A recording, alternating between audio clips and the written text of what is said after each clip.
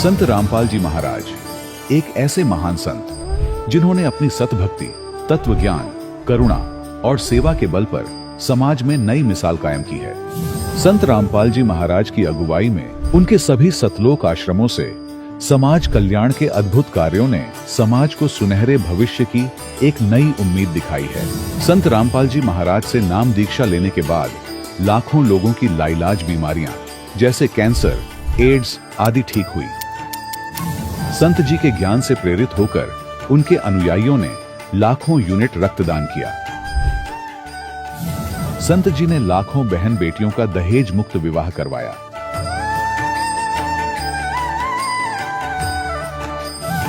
संत जी ने लाखों लोगों का नशा छुड़वाया, करोड़ों उजड़े परिवार बसे।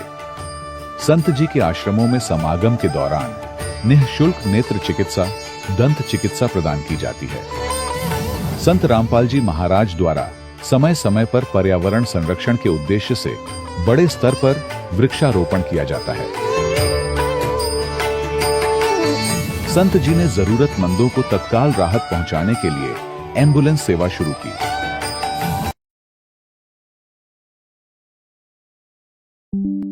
दान के लिए प्रेरित करते हैं, जिससे मानवता की सेवा और चिकित्सा क्षेत्र में सुधार हो सके। संत रामपाल जी महाराज के सभी आश्रमों में हर रोज निःशुल्क भंडारा आयोजित किया जाता है, जहां हर वर्ग, हर जाति और हर धर्म के लोग एक साथ बैठकर भोजन करते हैं।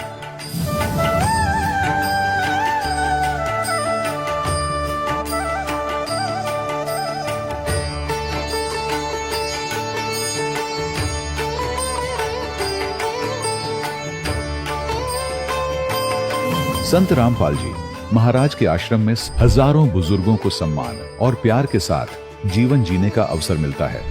उनके खाने, रहने और स्वास्थ्य की पूरी जिम्मेदारी संत रामपाल जी महाराज उठाते हैं। अनाथ बच्चों के लिए संत रामपाल जी महाराज के सभी आश्रम किसी वरदान से कम नहीं। यहाँ उन्हें शिक्षा, संस्कार और भविष्य के लिए बेहतर अवसर प्रदान किए जाते हैं। चाहे बाढ़ हो, भूकंप या महामारी, संत रामपाल जी महाराज और उनके अनुयायी हमेशा ही जरूरतमंदों के लिए सबसे आगे खड़े रहते हैं।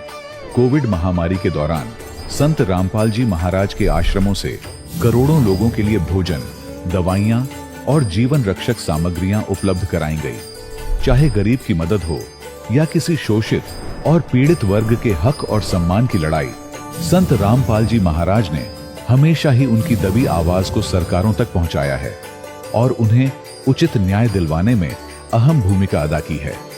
समाज में आध्यात्मिक और सामाजिक मूल्यों के प्रति जागरूकता लाने में संत रामपाल जी महाराज हर कदम पर मानवता के सच्चे सेवक साबित हुए हैं। संत रामपाल जी महाराज का जीवन हमें सिखाता है कि सच्ची सेवा वही है जो निस्वार्थ भाव से की जाए। आइए हम भी इस महान सेवा के कार्य में इस महान संत से जुड़ें और संत रामपाल जी महाराज से नाम दीक्षा लेकर अपने जीवन को धन्य बनाएं।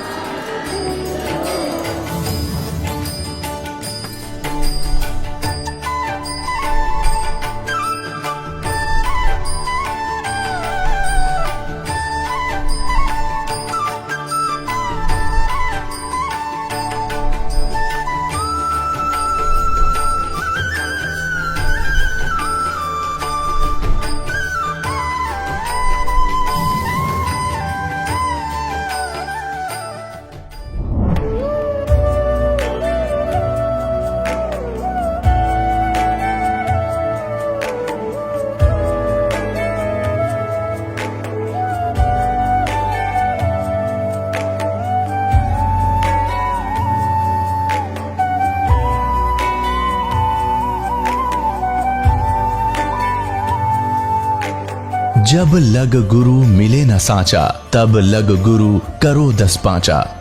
क्या गुरु बदल सकते हैं? क्या गुरु बदलने से पाप लगता है? आध्यात्म के इस मैदान में आखिर सही गुरु कौन है? गीता जी में वर्णित तत्वदर्शी संत कौन है? इन सभी प्रश्नों के उत्तर जानने के लिए अवश्य सुनिए जगत गुरु तत्वदर्शी संत रामपाल जी महाराज के मंगल प्रवचन। सत साहिब दर्शकों, मनुष्य अपने जीवन में सुख और शांति प्राप्त करने के लिए अपने धर्म में प्रचलित तमाम भक्ति साधनाओं को अपनाता है। वह व्रत करता है, उपवास करता है, मंत्रों का जाप करता है, अनुष्ठान करवाता है। लेकिन जब जीवन में दुख कम होने की बजाय और बढ़ने लगते हैं, तब उसकी आस्था डगमगाने लगती है। दर्शकों, ऐसी ही कहानी थी मध्य प्रदेश के रहने वाले शंकर निंगवाल जी की। शंकर जी अपने जीवन में सच्ची भक्ति की तलाश कर रहे थे और इसी तलाश में ये गायत्री परिवार पंथ से जुड़ गए। लेकिन अफसोस, वहां से भी इन्हें कोई लाभ नहीं मिला। लेकिन दर्शकों, आज शंकर जी का कहना है कि जब से मैंने संत रामपाल जी महाराज से नाम दीक्षा ली है और हिंदू धर्म में प्रचलित शास्त्र विरुद्ध साधनाओं को पूरी तरह से त्याग कर और संत रामपाल जी महाराज द्वारा बताई गई आदि सनातनी भक्ति को अपनाया है, तब से मेरा जीवन ही बदल गया है। आइए जानते हैं इसकी सच्चाई क्या है। सुनते हैं शंकर निंगवाल जी की कहानी, उन्हीं की जुबानी। नमस्कार सर। सर नमस्कार। सर क्या नाम है आपका? शंकर निंगवाल। सर कहाँ से आए हैं आप? जी, मध्य प्रदेश, जिला धार, तहसील गंधवानी, गांव का नाम मेरा खेड़ी बुजुर्ग। संत रामपाल जी महाराज से नाम दीक्षा आपने कब ली? 2014 में 28 जनवरी को। सर संत रामपाल जी महाराज से नाम दीक्षा लेने से पहले आप क्या भक्ति साधनाएं करते थे? जी, संत रामपाल जी महाराज से नाम दीक्षा लेने से पहले गायत्री परिवार में जुड़ा था। उसके पहले हमारे गांव में एक भाई ने बोला कि मेरे को सपना है यहाँ पे हनुमान जी निकलेगा, बोला। तो हम उस हनुमान जी को निकालने के लिए गड्ढा खोदा है, 10-12 हाथ गड्ढा खोद दिया। बोनी का सीजन था तो गड्ढा खोदते खोदते मैंने खेती बाड़ी मजदूरी सब छोड़ दी और गड्ढा खोदने में लग गया। उस गड्ढा खोदते खोदते मेरे को सब गांव वाले गाली देने लग गए, बोले ये मर जाएगा, बोले भूखा, खेती छोड़ दी, मजदूरी भी नहीं करता है, क्या करेगा। फिर वो गड्ढा खोदने से मेरे की खेती में कहीं नहीं पका है और कर्जा भी हो गया उल्टा। उसके बाद में मेरे साले जी ने चीप दी है मेरे को संत रामपाल जी महाराज का ज्ञान सुनने के लिए। वो चीप मैंने 8 रोज तक सुनी है। उसके बाद मेरे को ज्ञान बहुत अच्छा लगा इनके। हम तो गड्ढा खोद खोद के भगवान ढूंढ रहे थे, भगवान तो सरेल मिल रहा है। तो वो चीप सुन के हमने बोला कि एक बार हमको संत रामपाल जी महाराज के पास ले चलो सतलोक आश्रम में। तो उन्होंने फिर बोला है कि मेरे पास किराया नहीं। तो हमने बोला किराया हम देंगे, लेकिन आप हमको ले चलो। फिर हम सतलोक आश्रम में ले गए, संत रामपाल जी महाराज से नाम दीक्षा ली। सर जो भी श्रद्धालु संत रामपाल जी महाराज से नाम दीक्षा लेते हैं उनको आध्यात्मिक, भौतिक, शारीरिक, मानसिक लाभ जरूर होते हैं। तो क्या आपको भी कोई लाभ प्राप्त हुए संत रामपाल जी महाराज से नाम दीक्षा लेने के बाद? जी, संत रामपाल जी महाराज से नाम दीक्षा लेने के बाद में मेरे को बहुत कुछ लाभ हुआ। पहला लाभ तो मेरी पत्नी बहुत बीमार रहती थी, पेट में कुछ आंतड़ी का सूजन आ जाता था, गठान ऐसी कुछ बताई थी डॉक्टरों ने। मैं बहुत सी जगह इलाज कराया, महीने में 10,000 तो मैं लगा ही देता था। ऐसे बहुत से डॉक्टरों को दिखा दिया मैंने। गुजरात अस्पताल में, पिपरिया अस्पताल में भी ले गया, सभी अस्पतालों में मना कर देते हैं कि सुधर जाएगा, गठान है। फिर बड़ा ऑपरेशन भी करवाया मैंने इंदौर में, उसके बाद में भी कोई तकलीफ दूर नहीं हुई। जिस सभी डॉक्टरों के पास इलाज करवा करवा के थक गया था मैं। फिर संत रामपाल जी महाराज की शरण में जाने से, नाम दीक्षा लेने के बाद में मात्र आशीर्वाद से ही 5 साल पुरानी बीमारी, मेरी पत्नी की पेट की जो गठान थी वो बीमारी ठीक हो गई। और आज संत रामपाल जी महाराज की बताई हुई भक्ति कर रहे हैं और वो सोचते हैं। और मेरी एक बच्ची 3 साल की थी, बड़ी वाली बच्ची, उसको टीबी की बीमारी हो गई थी। तो हम बहुत परेशान से थे, उससे भी 3 साल की थी और पैसे लगा लगा के थक गए, वो बीमारी ख़त्म नहीं हुई। उसके बाद में संत रामपाल जी महाराज से नाम दीक्षा लेने के बाद बिना गोली दवाई से वो टीबी की बीमारी बिल्कुल ख़त्म हो गई। संत रामपाल जी महाराज से नाम दीक्षा लेने के पहले तो मैं जो बीमारी में वो हो गया था, मेरे खाने के बेला पड़ गए थे, तो मेरा कर्जा भी हो गया था 2-2.5 लाख रुपया। संत रामपाल जी महाराज से नाम दीक्षा लेने के बाद में मेरा लाभ शुरू हो गया है। आज मैंने मकान अच्छा बना लिया, ट्रैक्टर ले लिया और अच्छा कमा के खा रहा हूँ परमात्मा की दया से। संत रामपाल जी महाराज की दया से अच्छे रोटेशन चल रहा है, सारी चीज़ों से स्वस्थ हूँ मैं। सर एक चीज़ और बताना भूल गया था मैं, एक लाभ और। संत रामपाल जी महाराज से नाम दीक्षा लेने से पहले मेरी माताजी सीढ़ी से गिर गई है, तो उनका इलाज के लिए मैंने सब दूर दौड़ा है। डॉक्टरों ने मना कर दिया, बोले बुढ़िया है काहे के लिए इलाज करवाता, ज़्यादा इलाज मत कराओ, अब ज़्यादा दिन नहीं जिएगी, मर जाएगी ये तो। फिर मैंने सोचा कि जहाँ तक जी है वहाँ तक सांस है वहाँ तक तो इलाज करवाएंगे। तो डॉक्टर बोलते कि अरे इंजेक्शन तो नहीं लगाएंगे, बोले मर जाएगी तो हमारे माथे पड़ेगा। तो मैंने सोचा कि कहीं भी दवाई गोली तो दो, तो फिर वो देते हैं, दवाई गोली दे देते हैं, इंजेक्शन नहीं लगाते हैं।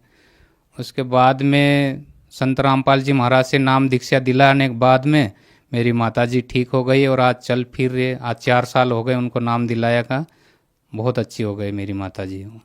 एक लाभ और है, मैं नाम दीक्षा लेने के बाद में 8 रोज बाद मेरा लड़का छोटा वाला मेरे साथ सोता था।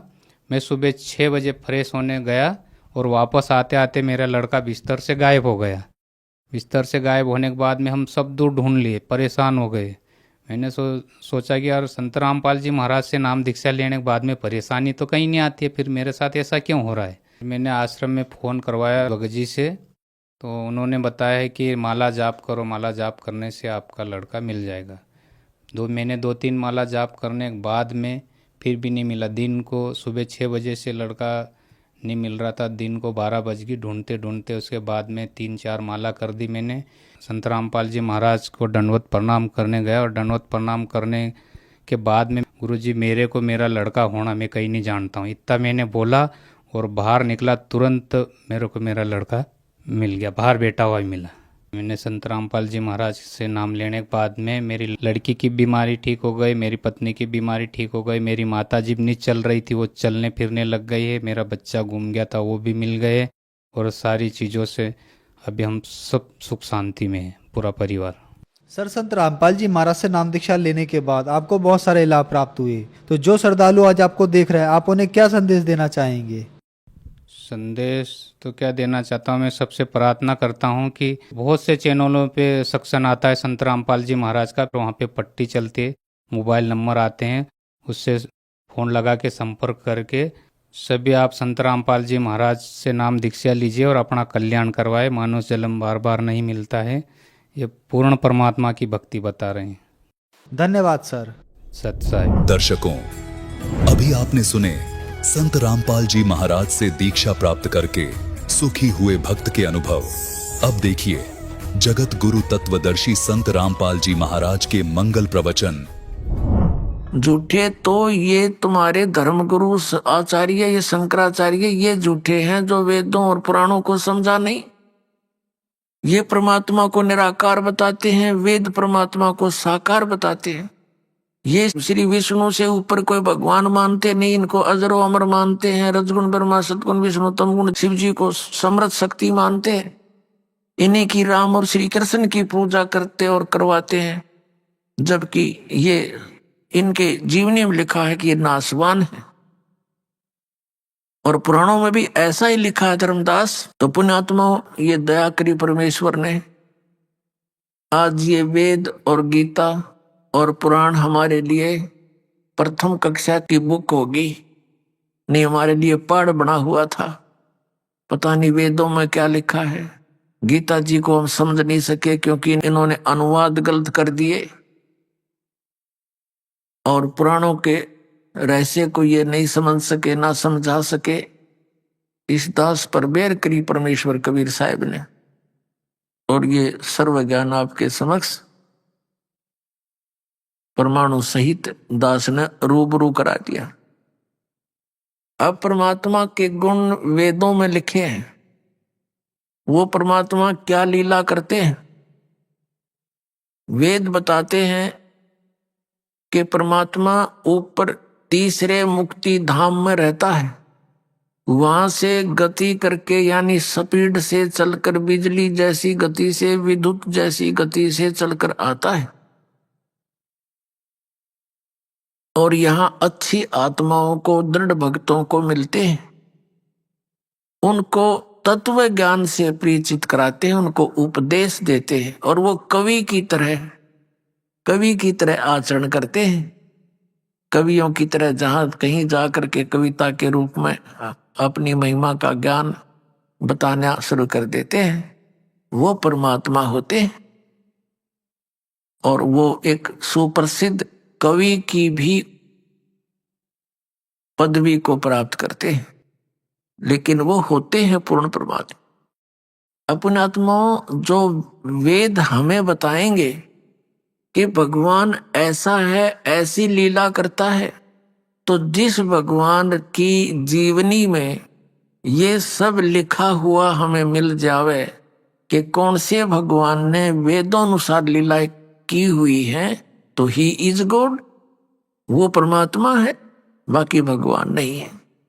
तो हमने सबसे पहले परमात्मा को पहचानना है और ये समझ में आ गया कि ये भगवान है और इसके पाने की विधि कौन सी है, ये उसके पाने की विधि है, तो सारा काम सुलझ गया, सारी ये समस्या हल हो जाती है। फिर तो वो भक्ति साधना करना शेष रह जाता है। अभी तक तो हमें ये विश्वास ही नहीं था कि हम जो कर रहे हैं ये हमें मोक्ष प्रदान कर भी देगा, और चाहे हमने ये मान भी रखा हो हम अपनी जो साधना जैसी भी कर रहे थे कि ये सही है, लेकिन दूसरा कोई ज्ञान बताता है हम फ्यूज हो जाते थे, उसका ज्ञान अच्छा लगता था कि हाँ ऐसा भी हो सकता है। श्रीमद् भगवत गीता अध्याय नंबर 2 के श्लोक 53 में कहा कि अर्जुन, जिस समय तेरी बुद्धि इस भ्रमित करने वाले भिन्न भिन्न वचनों से हटकर एक परमात्म तत्व के ऊपर यानी तत्व ज्ञान के ऊपर स्थिर हो जाएगी, तब तू योग को प्राप्त होगा, तब तो तेरी भक्ति स्टार्ट होएगी। नहीं तो कोई कुछ कह देगा तो डगमग हो जाएगा, फिर तेरा गई बात सारी बिगड़गी। तो पुण्यात्मा, इस दास का उद्देश्य है आप जी को निरसंशय कर दूं और आपके मन में कोई शंका ना रहे, तब आप इस भक्ति रूपी सफर पर निसंकोच चल पड़ोगे और जितने कदम रखोगे अपने मालिक की ओर होंगे, क्योंकि वो मार्ग है, कुमार्ग नहीं, वो सुमार्ग है। वो मंजिल की ओर जा रहे हो और मंजिल की दूसरी दिशा में चाहे कितनी स्पीड से जा रहा हो, उसकी वो यात्रा व्यर्थ होती है। तो ये भक्ति का मार्ग है। जब तक हमें ये मार्ग समझ में नहीं आएगा, उस पर चल भी रहे होंगे तो भी हम, अगर दिशा ठीक नहीं होगी तो व्यर्थ होगा। पुण्यात्माओं, ये वो शुभ दिन है जिस दिन परमात्मा अपनी लीला अनुसार, अपने गुणों अनुसार अपने निज धाम सतलोक से चलकर आए और लहर तारा तालाब के अंदर विकसित कमल के फूलों पर एक शिशु रूप धारण करके विराजमान हुए थे, बनारस के अंदर, काशी के अंदर। तो पुण्यात्माओं, पहले हम अपने सतग्रंथों को देखते हैं। कबीर परमेश्वर ने 600 वर्ष पहले प्यारी आत्मा अपनी दृढ़ भक्त आदरणीय धर्मदास साहिब जी को कहा था कि धर्मदास, ये वेद मेरा भेद है, पर मैं मिलूं वेदन में नाही, और जौन वेद से मैं मिलूं वो वेद जानते नहीं। ये चारों वेद मेरी ही महिमा का गुणगान कर रहे हैं, लेकिन मेरे पाने की वे ऑफ वर्शिप, पूजा का मार्ग, पूजा की विधि इन वेदों में वर्णित नहीं है। वो तो अलग से सूक्ष्म वेद में परमात्मा ने स्वयं आकर वर्णित किया अपने मुखारविंद से, उस वेद में है यो ज्ञान। तो कहा कि जौन वेद से मैं मिलूं, जिस वेद से मैं मिलूं, ये वेद जानते नहीं। अब वेद मेरा भेद है। पुण्यात्माओं, ये कोई छोटी बात नहीं। ये कहना कि ये वेद मेरा भेद है 600 वर्ष पहले कहना, और मैं गॉड हूं, मैं भगवान हूं, सुप्रीम पावर हूं, हम ही अलख अला हैं, कुतुब गोस और पीर, गरीबदास खालिक धनी, हमारा नाम कबीर। आदरणीय रामानंद जी से परमात्मा ने कहा था कि सुन रामानंद राम हम बावन नरसिंह, गरीबदास कली कली, हमसे ही तेरे ये संग। फिर परमेश्वर ने कहा था, ए स्वामी सृष्टा में और सृष्टि मेरे तीर, दास गरीब अधर बसूं मैं अवगत अलख कबीर। 600 वर्ष पहले भगवान ने कहा था कि ए स्वामी, यानी ए स्वामी रामानंद जी, मैं सृष्टा हूं, सारी सृष्टि का रचनहार हूं, और ए स्वामी सृष्टा में सृष्टि मेरे तीर, ये पूरा विश्व मेरे आधार है, मेरे वचन के आधार से टिका हुआ है और अपने अपने स्थान पर ये चल रहा है। और गरीबदास साहिब जी को परमात्मा मिले थे, उनको सचलोक सचखंड सब दिखाकर वापस छोड़ा था और अपना यथार्थ ज्ञान उनका हृदय में भर दिया था, उनका ज्ञान योग खोल दिया था। तो गरीबदास जी गवाही दे रहे हैं कि कबीर साहब ने ऐसे कहा था कि ए स्वामी सृष्टा में सृष्टि हमारे तीर और दास गरीब अधर बसूं, ऊपर रहता हूं सतलोक में अवगत सत कबीर। अब वेद क्या बताते हैं और कैसी लीला भगवान करता है, वेद हमें क्या बताते हैं। तो पुण्यात्माओं, परमात्मा के पहचानने में हमें बहुत आसानी होगी और हम डगमग नहीं होंगे। फिर चाहे कोई ब्रह्मा विष्णु महेश आकर हमसे डिस्कस कर ले, वो यहाँ से हार के जाएंगे इस ज्ञान के अंदर। और यहाँ के इन आचार्य शंकराचार्यों का तो बात तो छोड़ दो, इनने तो कख नहीं पता भक्ति मार्ग का, ABC भी नहीं जानते। ये पूरे विश्व के जितने धर्मगुरु हैं ये सब आप भी भ्रमित हैं और जनता को भी गुमराह किए बैठे हैं। अब देखिएगा ये ऋग्वेद मंडल नंबर 9, इसमें 9 मंडल में आपको दिखाते हैं ऋग्वेद के, ये कहां से प्रकाशित है। प्रकाशक हैं सर्वदेशी कार्य प्रतिनिधि सभा, महर्षि दान भवन, रामलीला मैदान, नई दिल्ली। ये इनके फोन और फैक्स नंबर है। मुद्रक हैं Prince offset printers, 1510 Pataudi house, Daryaganj, नई दिल्ली से।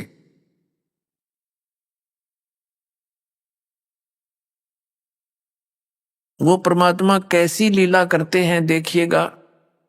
ऋग्वेद मंडल नंबर 9 सूक्त 86 का मंत्र नंबर 26 में क्या बताया है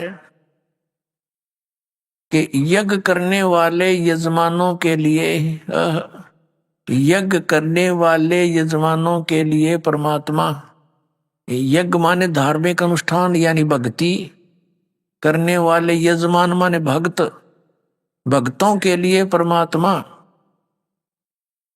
सब रास्तों को सुगम करता हुआ उनके विघ्नों का नाश, मर्दन करता है, नाश करता है और उनको पवित्र करता हुआ, भक्तों को पवित्र करता हुआ और अपने रूप को सरल करता हुआ, वह कांति में परमात्मा। इन्होंने इस शब्द कबीर, ये क्या लिखा यहां देखो मूल संस्कृत में, कबीर अतो, ये कबीर अतो, हम इसको बै बोलते हैं, वै को कबीर, हम कबीर बोलते हैं। ये इसमें कबीर लिखते हैं, जैसे हम वेदों को वेद बोलते हैं, जैसे हम वेदों को वेद बोलते हैं अपनी लोकल लैंग्वेज में, इसी प्रकार हम कबीर को कबीर बोलते हैं। तो यहाँ इन्होंने क्या किया है देखिएगा। फिर ऋग्वेद मंडल नंबर 9 सूक्त 86 मंत्र हम 26 पढ़ रहे हैं। तो इन्होंने क्या कर दिया कि अपने रूप को सरल करता हुआ वह कांति में परमात्मा, इन्होंने ये कवि शब्द, कबीर, कवि ही करके अपसर्ग लगा के इसका अर्थ कर दिया सर्वज्ञ। या लिखना था कबीर देव लिख देते, ये कबीर देव।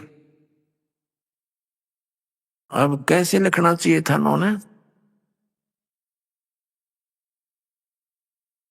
ये देखो ऋग्वेद मंडल नंबर 9 और सूक्त 20 में का मंत्र नंबर 1 है, ये लिखा कि वो कबीर देव, ये देखिए ये कबीर देव वितय, कबीर देव वितय आयो। तो ये कबीर देव लिखना था, कबीर देव, कबीर साहब, देव मान परमेश्वर। अब इस कंसेप्ट को हम क्लियर करेंगे पहले यजुर्वेद से। अब देखिएगा ये यजुर्वेद है, एक पवित्र बुक है यजुर्वेद, और इसके ऊपर ये र लगा हुआ है। इसको र को हटाकर यहाँ अपसर्ग लगा दिए जाएं तो भी ये यजुर्वेद का ही बोध कराएगा। जहां भी ये अक्षर लिखा होगा वहां पर भी ये यजुर्वेद, यजु लिखा होगा तो भी यजुर्वेद ही लिखना पड़ेगा, बताना पड़ेगा। ये यजुर्वेद के विषय में इसकी परिभाषा है, उसकी डेफिनेशन है, देखिए डिस्क्रिप्शन है। ये महर्षि दानव सरस्वती द्वारा ही इसका अनुवाद है।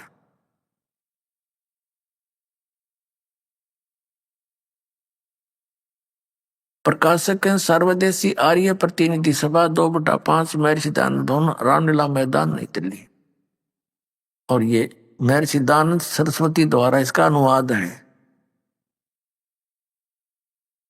मुद्रक हैं Prince of set printers 1510 Pataudi house Daryaganj नई दिल्ली से। हम इसके 36वें अध्याय में आते हैं। ये देखिएगा, ये यजुर्वेद का 63 यानी 36वां अध्याय है। इसके प्रथम मंत्र में और ये लिखा कि रचम वाचम परपधे मनो यजु, ये यजु शब्द लिखा यजु। अब इसका अनुवाद इसने ठीक किया, यहां पर इस अर्थ ठीक करा इस यजु का। इस यजु का अर्थ यजुर्वेद लिखा, ये बिल्कुल सही लिखा। यदि यजुर्वेद ना लिख कर इस शब्द का अर्थ कर दिया जाता तो ये अनुवाद व्यर्थ हो जाता, क्योंकि यजुर्वेद की महिमा इस मंत्र में कही गई है। और यजुर्वेद ना लिख के और यजु का कोई और अर्थ कर दे ऊट पटांग, तो कौन कैसे समझेंगे ये किसकी महिमा है। तो यहां इसने इस यजु को यजुर्वेद लिखना पड़ा कि यजुर्वेद पुस्तक के विषय में है, जबकि यहाँ केवल यजु ही शब्द है। तो पुण्यात्माओं, ठीक इसी प्रकार हमने इन वेदों में कवि जहां लिखा है, कवि जैसे ये कवि कहते हैं, हमने प्रसंगवश उसको कबीर देव कहना पड़ेगा। जहां परमात्मा की महिमा चल रही है तो वहां इसको कवि का अर्थ कबीर देव समझना पड़ेगा। और जहां पर कहीं कोई काव्यकार की महिमा है तो वहां वो काव्यकार ही लिखा जा सकता है, अन्यथा कवि का अर्थ सर्वज्ञ आदि नहीं कर सकते, क्योंकि कोई कवि सर्वज्ञ नहीं होता। ये देखिएगा फिर से, अब हमने यजुर्वेद रख दिया है, ऋग्वेद उठा लिया है, जिसमें हम ये प्रूव करना चाह रहे हैं कि लीला परमात्मा कैसी लीलाएं करते हैं।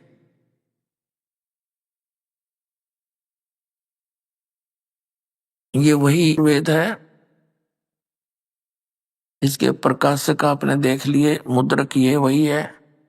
अब हम आते हैं ऋग्वेद मंडल नंबर 9 सूक्त 86 के मंत्र 26 में। अब आसानी से समझ में आओगा, इन्हीं का अनुवाद है ये आर्य समाज के आचार्यों का। यज्ञ करने वाले यजमानों के लिए परमात्मा, यानी धार्मिक अनुष्ठान करने वाले भक्तों के लिए परमात्मा सब रास्तों को सुगम करता हुआ उनके विघ्नों को मर्दन करता है, उनके संकटों का नाश करता है, और उनको यानी भक्तों को पवित्र करता हुआ और अपने रूप को सरल करता हुआ। पुण्यात्मा, सतलोक के अंदर परमात्मा सह शरीर है, मनुष्य जैसा उनका शरीर है। वो लोक भी तेजो में है और परमात्मा का अपना मनुष्य जैसा शरीर जो है वो भी तेजो में है। उनके एक रोम में, रोम वाने वैसे तो बाल बोलते हैं, रोम एक रोम में, लेकिन एक रोम कूप में इतनी शोभा है, इतना नूर है, करोड़ सूर्य करोड़ चंद्रमा मिला दे और दोनों की मिली जुली रोशनी भी परमात्मा के एक रोमकूप के सामने, उस रोशनी के सामने फीकी। यदि वो परमात्मा उस तेजो में शरीर समेत सहित यहाँ आ जावे तो हम नहीं देख सकते, हमारी आंखें बंद हो जा, ये चरम दृष्टि नहीं देख सकती। इसलिए वो अपने रूप को सरल करता हुआ, यानी बिल्कुल समेट के अपने सारे उस प्रकाश को और सरल करके और हल्का तेज पुंज का रूप बना के वो आकर हमें मिलता है। ये देखिए, हम ये पढ़ रहे हैं ऋग्वेद मंडल नंबर 9 सूक्त 86 मंत्र 26 को। अपने रूप को सरल करता हुआ वह कांति में परमात्मा कबीर देव लिखना था, यहाँ कबीर देव विद्युत के समान क्रीड़ा करता हुआ, यानी बिजली जैसी गति से वर्णीय पुरुष को यानी अच्छी आत्मा को, अच्छे भगत, अच्छी आत्मा को प्राप्त होता है, मिलता है। अब देखना 27 नंबर मंत्र में, ऋग्वेद मंडल नंबर 9 सूक्त 86 का मंत्र 27 है। वह जो परमात्मा, प्रकाश पुंज परमात्मा, जो परमात्मा भूलोक के यानी उस तेजोमय लोक के, सतलोक के तीसरे पृष्ठ पर विराजमान है, वहां बैठा है, वहां रहता है। अब ये स्पष्ट हो गया कि कबीर देव नाम का कोई भगवान है। कबीर देव, देव माने परमेश्वर, भगवान, तो वो ऊपर सतलोक में रहता है, सतलोक के तीसरे भाग में, यानी सबसे टॉप मोस्ट प्लेस पर। प्रत्येक स्थान का, लोक का अपना अपना दर्जे है, तो सबसे टॉप में रहता है भगवान सतलोक के अंदर। नीचे उनके बच्चे, वहां उनकी सृष्टि सतलोक में है। तो क्या बताया है कि परमात्मा साकार है और वो वहां रहता है ऊपर, और कंसेप्ट क्लियर किया, और वहां से चलकर आता है। और दिखाते हैं इसी में, ऋग्वेद मंडल नंबर 9 सूक्त 82 के, ये देखिएगा, ऋग्वेद मंडल नंबर 9 सूक्त 82 यानी 82 का, और मंत्र नंबर 1 में ये कितना,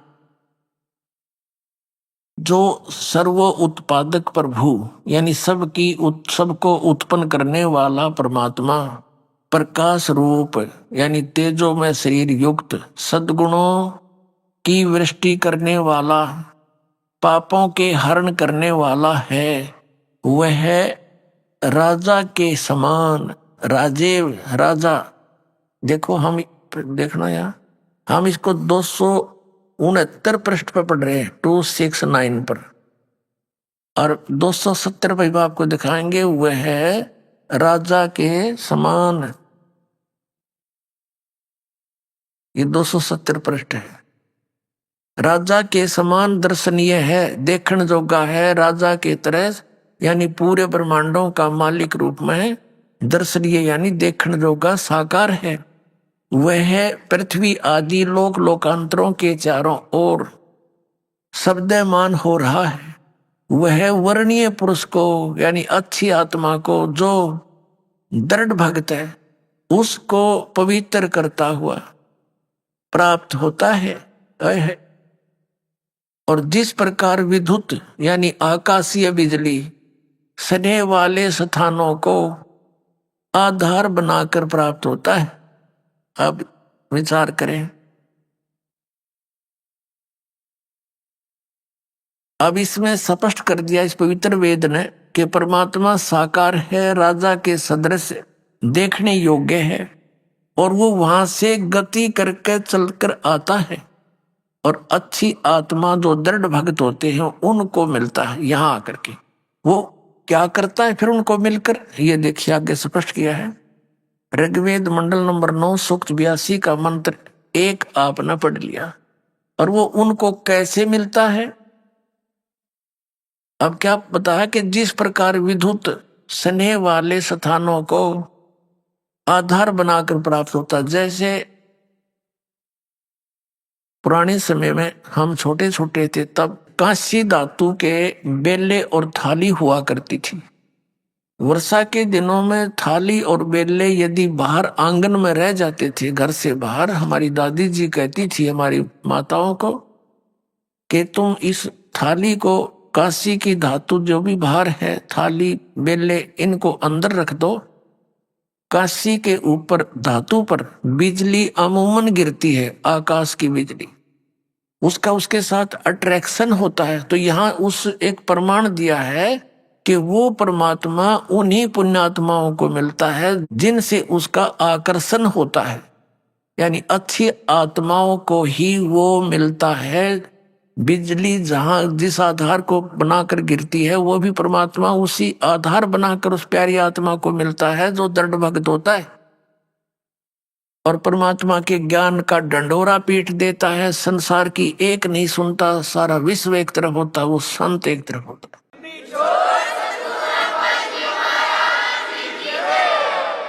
ऐसे दृढ़ भक्तों को वो परमात्मा मिलता है। अब देखना, अब वो क्या करता है। ऋग्वेद मंडल नंबर 9 सूक्त 82 मंत्र 1 के बाद 1 पढ़ लिया, अब 2 पढ़ते हैं। ये 2 मंत्र है। हे परमात्मन,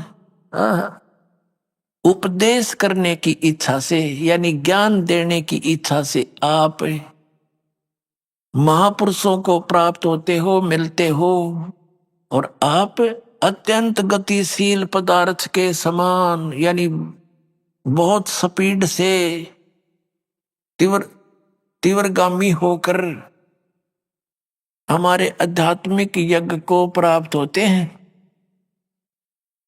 आप कबीर देव हैं, यह लिखना था, आप कबीर देव हैं, बस दैट्स ऑल। बहुत बढ़िया काम हो जाता, लेकिन इनकी बुद्धि इतना काम करे नहीं थी अनुवादकर्ताओं की। फिर भी परमात्मा ने इन्हीं की कर कमलों से सच्चाई को आप जी के लिए उजागर करवा दिया। नहीं तो ये आर्य समाज के जो व्यक्ति हैं, ये महर्षि दयानंद के सिद्धांत पर अटल हैं और ये मानते हैं कि परमात्मा निराकार है, कहीं एक स्थान पर एक देशीय नहीं है। और वेदों में स्पष्ट है, इन्हीं की कर कमलों से लिखा दिया, इनको याद भी ना होगा हमने क्या लिखा उसमें। ये सतगुरु की लीला है सारी परमात्मा कबीर जी की। यदि ये दास अनुवाद करता तो आम आदमी आपको भ्रमित कर देता कि अपने अपने हिसाब से सभी अनुवाद करते हैं, अपने हिसाब से कर रखा होगा अपने आपके गुरुजी ने। अब दास ने तो इन्हीं के अनुवाद दिखा दिया आपको। अब ये कोई न्यू नहीं कह सकता कि रामपाल ने गलत कर दिया तो इन्होंने कर रखा, गलत है या ठीक है, लेकिन ये सच्चाई है। परमात्मा के 100 प्रमाण देंगे कि वो परमात्मा सतलोक में है, मनुष्य दृश्य शरीर से है और वहां से चलकर आता, उसका नाम कबीर है। जिन महापुरुषों को परमात्मा मिले उनके एफिडेविट दिखाएगा दास आपको कि उन्होंने अपनी अमृतवाणी में लिख कर गए हैं कि कबीर इज गॉड, धारणक रूप रहा करतार, अनंत कोट ब्रह्मांड का एक रति निबार, सतगुरु पुरुष कबीर हैं ये कुल के सिरजनहार।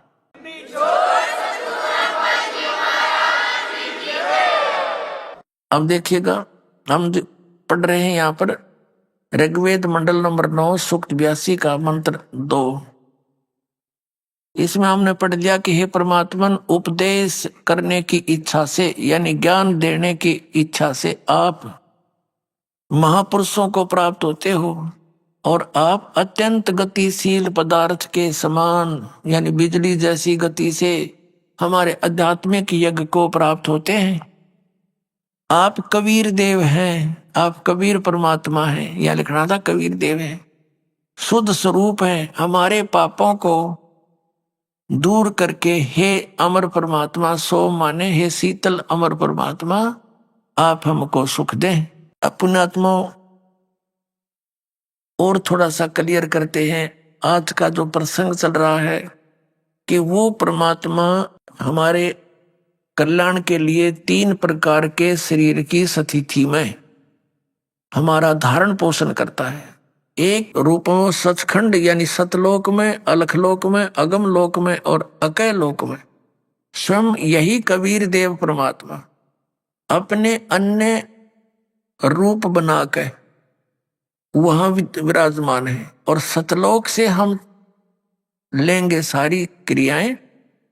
सतलोक के अंदर ये परमात्मा एक बहुत तेजो में शरीर में और एक बहुत बड़े गुम्बज के अंदर, बहुत बड़ा गुम्बज है, सफेद गुम्बज है और बहुत बड़ा सुंदर सिंहासन है, सफेद ही सिंहासन है, ऊपर मुकुट है मालिक के सिर पर। और वहां वो परमात्मा उस ओरिजिनल शरीर जो उनका तेजो में है उसमें विराजमान है। और जब वो परमात्मा यहाँ आते हैं, अपना अन्य रूप बनाते हैं, एक सिद्धि बहुचोले धार है, एक सिद्धि बहुरूप बना सकती है। जैसे यहाँ बहुत सी संत भी ऐसी लीलाएं कर देती थी, परमात्मा के लिए तो फिर बात है कुछ को नहीं। तो दूसरे रूप में वो प्रत्येक युग में शिशु रूप धारण करके एक जंगल के अंदर, शहर से बाहर, एक तालाब के अंदर शिशु रूप धारण करके वो कमल के फूल पर प्रकट होते हैं। वहां से कोई निसंतान दंपत्ति उन्हें उठा ले जाते हैं और फिर धीरे धीरे बड़े होकर के बचपन से ही वो इस तत्व ज्ञान का प्रचार प्रारंभ कर देते हैं। ये दूसरी सती थी उनकी। और तीसरी सती थी, वो क्या करते हैं कि जब चाहे सतलोक से 1 सेकंड के कुछ ही पल में, यानी हिस्से में, फ्रिक्शन ऑफ सेकंड बोलते हैं, वो सतलोक से यहाँ आ जाते हैं, प्यारी आत्माओं को मिलते हैं, उनको ज्ञान समझाते हैं, अपना वहां दरस्त कराते हैं, फिर उनको अपना गवाह बनाकर छोड़ देते हैं। उन महापुरुषों ने भी फिर वही ज्ञान बताया जो हमारे वेद बताते हैं। तो अब वेदों में आपने ये पढ़ा, आंखों देखा कि परमात्मा ऊपर धूलोक यानी तेजों में लोक के तीसरे स्थान पर विराजमान है, एक देशीय है, वो राजा के समान देखने योग्य है, साकार है, और वहां से गति करके आता है, प्यारी आत्माओं को, अच्छी आत्माओं को, जड़ भक्तों को मिलता है, उनको उपदेश देता है, ज्ञान देता है। अब जो प्रसंग चल रहा है कि आज का जो अब वर्तमान का ये सत्संग चल रहा है, ये उस शुभ दिन के उपलक्ष्य में है जिस दिन परमात्मा अपनी दूसरी सतिथि के अंदर हमारी संभाल करने के लिए सतलोक से चलकर आए, शिशु रूप धारण किया, लहर तारा तालाब के अंदर कमल के फूल पर परमात्मा आकर विराजमान हुए। आज सुबह के सत्संग में भी आपको ज्ञान सुनाया था। अब फिर पुनः एक बार, क्योंकि आज का ये सत्संग उद्देश्य यही रखता है कि परमेश्वर की उस सतिथि को स्पष्ट किया जाए जो अब तक समाज के अंदर भ्रम फैला हुआ था। कोई कुछ कहा करता, कोई कुछ कहा करता कि वो ऐसे जन्मे थे, कोई ऐसा कहता था, कोई कुछ कहता था, लेकिन सच्चाई से बहुत दूर थी। वो लोक वेद था, दंत कथाएं थी। पुण्यात्मा, विक्रमी संवत 1455 ज्येष्ठ सुदी पूर्णमासी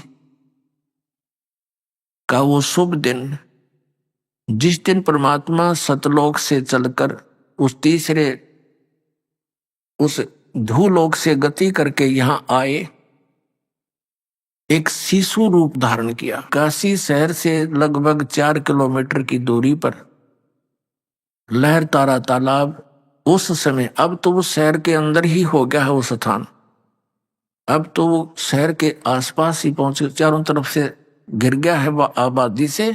उस समय सन 1398 में वो शहर से लगभग 4 किलोमीटर की दूरी पर था। और वो तालाब कैसे बना हुआ था कि गंगा दरिया का जल वर्षा के दिनों में, जो फुल स्विम पर उन दिनों दरियाएं चलती हैं, तो लहरों के द्वारा वो पानी घाटों पर से उछलकर, जहां गौ घाट होते थे, उन पर से उछलकर एक बहुत बड़े सरोवर का, तालाब का रूप धारण किए हुए था। तो उसमें विकसित कमल के फूल के ऊपर परमात्मा सतलोक से चलकर आए। ऊपर से एक तेज का गोला सा आया। उसके प्रत्यक्ष दृष्टा कौन थे? एक अष्टानंद नाम के ऋषि थे। अभी आपने सुने संत रामपाल जी महाराज के मंगल प्रवचन। आइए अब सुनते हैं संत रामपाल जी महाराज से नाम दीक्षा लेकर सतभक्ति करके अद्भुत लाभ प्राप्त करने वाले अनुयायी के विचार। दर्शकों, मनुष्य अपने जीवन में असली शांति और सुख की तलाश में न जाने कितनी परंपरागत साधनाओं को अपनाता है, फिर भी जब न तो उसे शारीरिक सुख मिलता है और न ही मानसिक शांति, तो वह धीरे धीरे नास्तिकता और नशे की ओर चला जाता है। दर्शकों, ऐसी ही कहानी थी हरियाणा के रहने वाले रमेश जी की। रमेश जी ने बचपन से ही मंदिरों की परंपरागत भक्ति की, विभिन्न बाबाओं की शरण ली, लेकिन जब कहीं से भी वास्तविक सुख और समाधान नहीं मिला तो रमेश जी नशे और नास्तिकता की ओर चले गए। लेकिन दर्शकों, आज रमेश जी का कहना है कि जब से मुझे संत रामपाल जी महाराज की शरण मिली है, तब से मेरे जीवन में अभूतपूर्व चमत्कार घटित हुए हैं। अब मैंने हिंदू धर्म में प्रचलित शास्त्र विरुद्ध भक्ति साधनाओं को पूरी तरह से त्याग दिया है और संत रामपाल जी महाराज द्वारा बताई गई शास्त्र सम्मत भक्ति मार्ग को अपना लिया है। दर्शकों, आखिर रमेश जी ऐसा क्यों कह रहे हैं? आखिर क्या वजह रही कि रमेश जी ने समाज में प्रचलित आडंबर को छोड़कर सीधे संत रामपाल जी महाराज की शरण ग्रहण की? आइए सुनते हैं रमेश जी की कहानी, उन्हीं की जुबानी। सर नमस्कार। नमस्कार सर। सर क्या नाम है आपका? सर मेरा नाम रमेश दास है। सर संत रामपाल जी महाराज से नाम दीक्षा कब लिया आपने? सर संत रामपाल जी महाराज से मालिक ने मुझ पे 2013 में दया बख्शी थी। सर संत रामपाल जी महाराज से नाम दीक्षा लेने से पहले आप क्या भक्ति साधना करते थे? संत रामपाल जी महाराज से पहले, नाम दीक्षा लेने से पहले जो समाज में भक्ति सभी करते हैं, जैसे कृष्ण जी की पूजा, माता की पूजा और अपने पितरों को, दादा बाबाओं को पूजना, किसी स्थान पर जाना, धार्मिक स्थान पर, इसी प्रकार से हम भी जाया करते थे। ज़्यादातर हम गुड़गांव की शीतला माता मंदिर को महत्व दिया करते थे। इसी प्रकार से हमारे पिताजी भी एक भगत टाइप में होते हुआ करते थे। उनके पास कुछ छोटी मोटी रिद्धि सिद्धियाँ हुआ करती थी, वो भी एक दूसरे की बता दिया करते थे। आपकी वो यहाँ बैठा हुआ है, वो फलाना ये कर रहा है, वो वहाँ है, उसकी सारी चीज़ें बता दिया करते थे। हमारे पिताजी में वो भी अनुभव हुआ करता था, वो भी काल की पूजाएँ करते थे छोटी मोटी अपने अनुसार। वही पूजाएँ हम भी कर पाते थे जो घर में होती थी। सर पहले जो आप भक्ति साधनाएं करते थे उनसे आपको क्या लाभ मिला? जो पहले भक्ति साधनाएं करते थे उन साधनाओं से लाभ का तो हमें पता नहीं था, क्योंकि उस टाइम पे हमें इतना ज्ञान नहीं था। ना ही कभी ये सुना था कि परमात्मा कोई है। सिर्फ जैसे समाज करता है तो उसी का कोडिंग हम भी करते थे।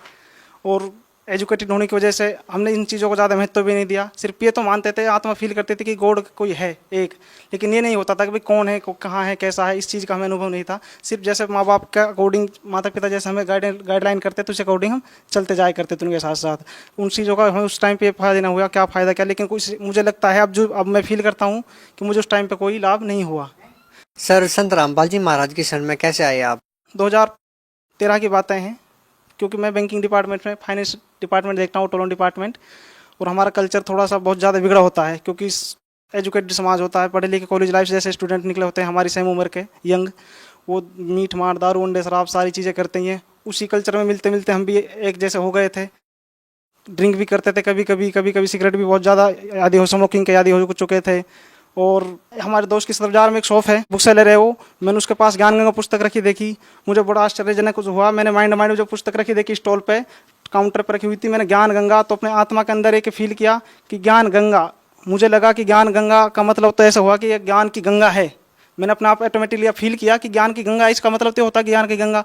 तो जैसे ही मैंने सर वो पुस्तक उठाई तो मैंने उसका एग्जाम्पल देखा। मैंने संत रामपाल जी का कभी चेहरा भी नहीं देखा था, ना ही मैं संत रामपाल जी को जानता था, कभी नाम नहीं सुना था। बाकी और संतों की साई जानता था, जैसे राधा स्वामी, धनधन सतगुरु डेरा सच्चो सौ दिन का नाम मैंने सुना हुआ था। इनसे मैं थोड़ा बहुत वाफिक भी था, इनके भक्त कोई ना कोई हमारे लिंक में रह करते, यार दोस्त फ्रेंड सर्कल में, इसी प्रकार से। तो मैंने जैसा भी देखा संत रामपाल जी को, मैंने कभी देखा नहीं, कबीर साहब को देख के। और जब मैंने उसकी हेडलाइन देखी तो हेडलाइन देखते मैं उस टाइम स्मोकिंग बहुत करता था, 3-3 4-4 सिगरेट फूंक दिया करता था। मैंने सिगरेट पीते पीते 2-3 उसकी हेडलाइन देखी। हेडलाइन में देखने के बाद मुझे ऐसा फील हुआ कि यार ये पुस्तक में कुछ तो है।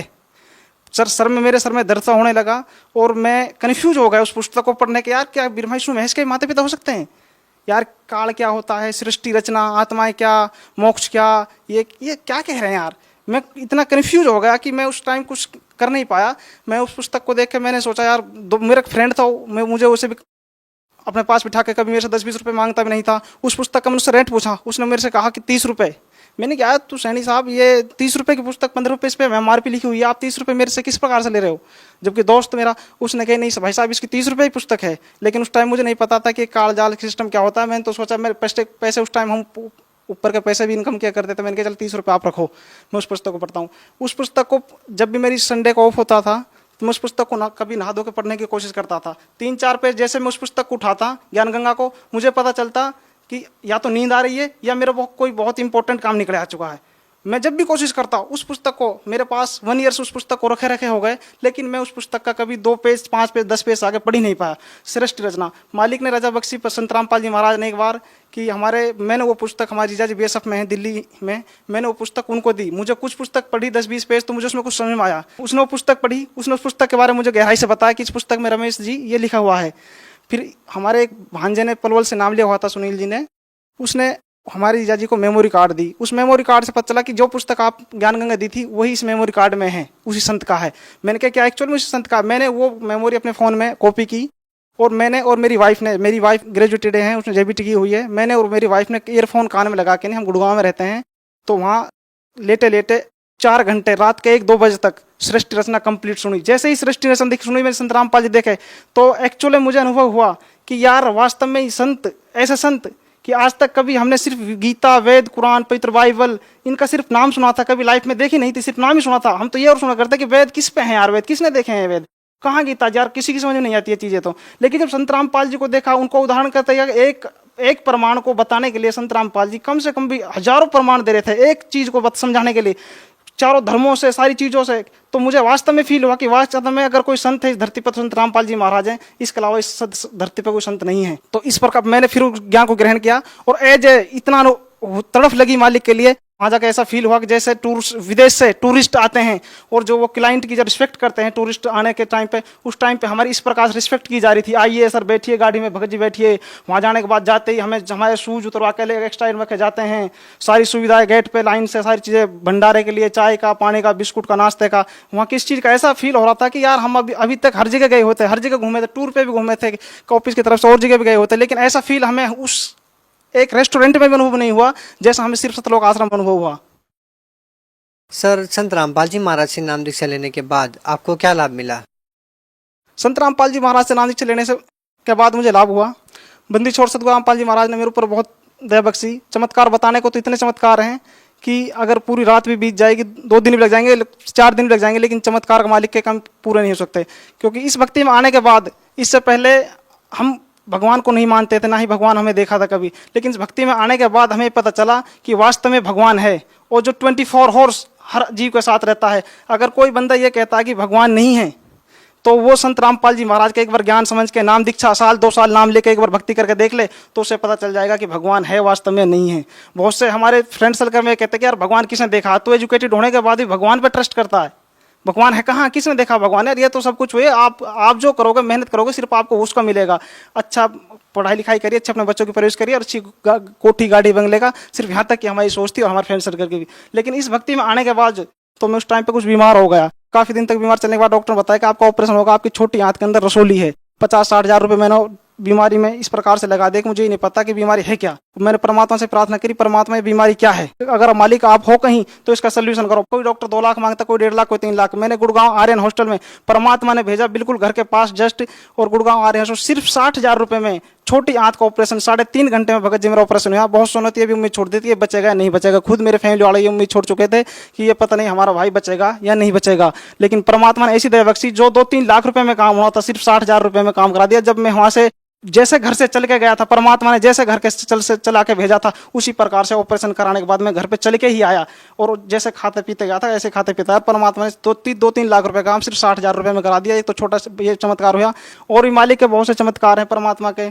जैसे जिस प्रकार से पहले हमें दुख भी हुआ करते थे बहुत से, लेकिन परमात्मा के आने के बाद छोटे मोटे तो सारे संस्कारिक दुख जो भी हैं सारे खत्म हो चुके हैं मालिक के शरण आने के बाद। और एक सबसे बड़ा लाभ मुझे ये हुआ कि मुझे आध्यात्मिक ज्ञान, मुझे उस परमात्मा का पता चला जिसका परमात्मा का आज तक हमारे दादा परदादे खोजते रह गए। परमात्मा भगवान उसका नाम तो लेते थे, भूतों में ही रह गए, इन पितरों को मानते, दादा बाबाओं को मानते मानते रह गए भाई यही सब कुछ है, यही सब कुछ करेंगे, यही सब कुछ। लेकिन आज जो हमारे माता पिता को नहीं मिल पाया, आज हमें मिल पाया। इस मालिक ने मुझे, हम इसलिए आज मुझे फील होता है कि परमात्मा ने हमें इसीलिए एजुकेटेड किया था। मैं नशा इतना करता था, कॉलेज फ्रेंड सर्कल से इतना बिगड़ चुका था कि स्मोकिंग की 3 डब्बियां, मॉर्निंग में डब्बी खरीदता था स्मोकिंग की, India Kings, Benson light, Marlboro की, और दोपहर तक 1 डब्बी खत्म हो जाया करती। फिर इसमें जब लंच करने निकलते थे 1 डब्बी उस टाइम खत्म कर दे करते। शाम को ऑफिस से आने के बाद 1 डब्बी खरीदता था, रात के 1-2 बजे तक जागता था, मूवी देखता था, जैसे नॉर्मल देखते हैं सभी मूवी, नाटक, सीरियल वगैरह देख के नहीं, 1-2 या 2 बजे सोए करता था। बंदी छोड़ सतगुरु रामपाल जी महाराज से नाम लेने से पहले मैं ये डरता था कि परमात्मा, बंदी छोड़ सतगुरु रामपाल जी महाराज ये हमारे कैसे छूटेंगे, क्योंकि मैंने इससे पहले मैंने कोशिश कर चुका था कि नशा छूटेगा कैसे। मैं छोड़ नहीं पाता था, 10-20 दिन छोड़ पाता था, लेकिन एक न एक दिन ऐसा होता है कि मैं उस नशे को कर पाता, क्योंकि वो ऑटोमेटिकली आपका प्रेशर होता था, उस नशे को मेरे पास रुका ही नहीं जाता बिगर स्मोकिंग के। तो मैंने एक दिन क्या काम करा, परमात्मा से प्रार्थना करी, मालिक आपके शरण में मुझे बुलाते रहे नाम लेने के लिए, बट मेरे पास कुछ ऐसा तो करिए ताकि मेरे से सिगरेटों से दूर हो जाए, क्योंकि स्मोकिंग तो छोड़ना हर किसी जीव के बस की नहीं है, स्मोकिंग छोड़ना, और ना ही हो सकता है, क्योंकि अब इस ज्ञान में आने के बाद पता चला भगत जी हमें। तो फिर मालिक ने रजा बख्शी हमारे पास, मैंने प्रार्थना करी, 5-6-7 दिन पहले ही मालिक ने सिगरेट मेरी जड़ से खत्म कर दी। एक दिन ऐसा हुआ कि ऑटोमेटिकली ऐसी घृणा सी हो गई सिगरेटों से, मीठ माठंडी से, कि बिल्कुल भी जाने से पहले 1 हफ्ता पहले बिल्कुल त्याग पत्र हो गया, ऑटोमेटिकली घृणा आने लगी। सर भगत समाज को क्या संदेश देना चाहते हैं आप? सर भगत समाज को मैं संदेश देना चाहता हूँ कि आप एजुकेटेड हो। आज के ज़माने में हर इंसान, हर फैमिली में 4-5 एजुकेटेड आपको मिल जाएंगे। ओल्ड जमाने की बात नहीं, अब न्यू लेटेस्ट जमाने में जितने भी पूरा परिवार आजकल एजुकेटेड है, पढ़ा लिखा है। आज की जनरेशन संत रामपाल जी महाराज का नाम लेते ही दूर भागती है, संत रामपाल जी के नाम लेते ही चिढ़ती है। ऐसा क्या है, आपने संत रामपाल जी महाराज को ना देखा, ना उसका ज्ञान सुना, ना आप उसको जानते, आप उससे दूर क्यों भागते हो? आप आज सभी का ज्ञान सुन लोगे, राधा स्वामी, धन सच सच्चा सौदा राम रही, सभी का आप ज्ञान सुन लोगे, लेकिन संत रामपाल जी महाराज का ज्ञान क्यों नहीं सुनते? उसके अंदर ऐसी क्या है? आप एक बार खुद एजुकेटेड हो, आप सारी मूवी देखते हो 3 घंटे की डाउनलोड करके, नहीं आप एक बार संत रामपाल जी महाराज के 1 घंटे की सत्संग सुन के क्यों नहीं देखते? आप एक बार संत रामपाल जी महाराज के 1 घंटे की सत्संग सुन के देखिए, हो सकता है तो आप ज्ञान गंगा पुस्तक पढ़िए, आप खुद निर्णय करिए। संत रामपाल जी महाराज को औरों की तरह भी नहीं कि वे अपना ज्ञान सुनाया घुटमलट करके बंद करके अपने पार हो गए। संत रामपाल जी महाराज तो क्लियर बता रहे हैं, भाई साहब 5 और 5 10 होते हैं, ना कि 5 और 5 9 होते हैं। आप खुद देखो, खुद निर्णय करो। मैथमेटिक्स जब 5 और 5 10 बता रहा, तो आप भी मानो उसको मैथमेटिक्स कह रहा है, उसकी गवाही दे रहा है, मैथ का लेक्चरर गवाही दे रहा है, तो हमें मानना चाहिए। हम पढ़े लिखे हैं कि भाई साहब मैथ भी कह रहा है, हम भी कह रहा है। सर भगत समाज के सामने सबसे जटिल क्वेश्चन ये है कि वो कैसे निर्णय करे कि सच्चा संत कौन है, वो कैसे विश्वास करे कि जो भक्ति संत रामपाल जी महाराज दे रहे हैं वही सही है। हमारे पास इसका निर्णय करने के लिए हमारे जैसे गीता जी बताते हैं कि हमारे शास्त्र ही आधार होते हैं।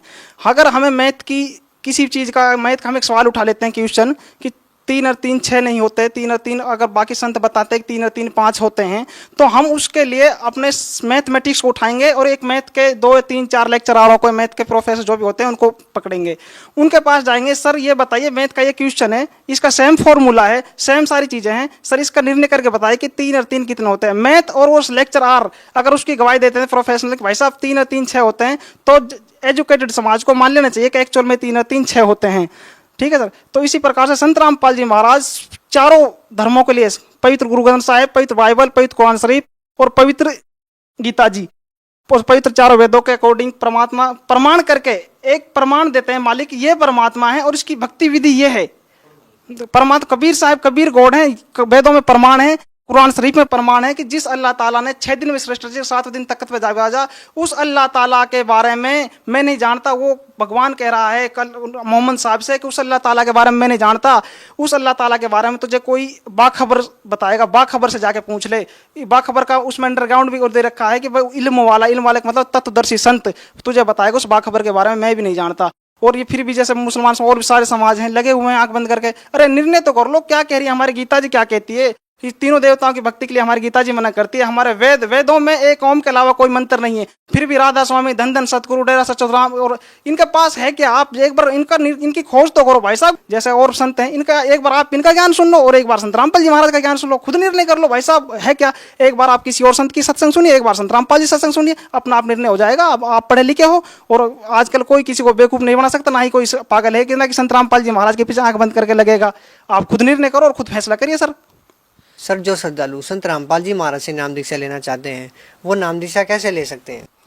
संत रामपाल जी महाराज से जुड़ने का सबसे आसान तरीका है, माय डियर फ्रेंड्स, सत्संग आता है चैनल पर, रोजाना सत्संग आता है इवनिंग में, आप उस सत्संग को देखिए और सत्संग में जाने से, नाम लेने से पहले सबसे पहले आप उसका ज्ञान समझिए। सत्संग में नीचे टीवी पे एक लाइन आती है, अंडरलाइन जो चलती रहती है, उस पर अधिक जानकारी के लिए दिस कॉन्टैक्ट नंबर पर कॉन्टैक्ट करिए। वो कॉन्टैक्ट नंबर नोट करिए, उस पर लिखा हुआ होता है कि आप ज्ञान गंगा पुस्तक फ्री मंगा सकते हैं और अदरवाइज आप ज्ञान गंगा अधिक जानकारी के लिए इस नंबर पर कॉन्टैक्ट कर सकते हैं। जैसे भी आपको कोई भी समस्या, कोई भी क्वेश्चन पूछना है और भी कुछ करना है या नामदान के बारे में पूछना है, आप उन नंबरों पर कॉन्टैक्ट करिए और नामदान लीजिए। क्या सर नाम दीक्षा लेने से लाभ होगा लोगों को? सर इसमें कोई दोहरा नहीं है, मैं लिख के दे सकता हूँ 101% लाभ होगा, क्योंकि ये कंप्लीट गॉड है और संत रामपाल जी ही महाराज वो गॉड हैं जिसके बारे में नास्तावेश फ्लोरेंस भविष्यवाणी की हुई है। वो संत रामपाल जी महाराज आए हुए हैं इस धरती पे प्रेजेंट में और इसके अलावा कोई नहीं है। खुद आप देख सकते हैं निर्णय करके, नहीं कि संत रामपाल जी महाराज कौन, उसका ज्ञान सुनने के बाद। सर बहुत बहुत धन्यवाद आपका। नमस्कार सर।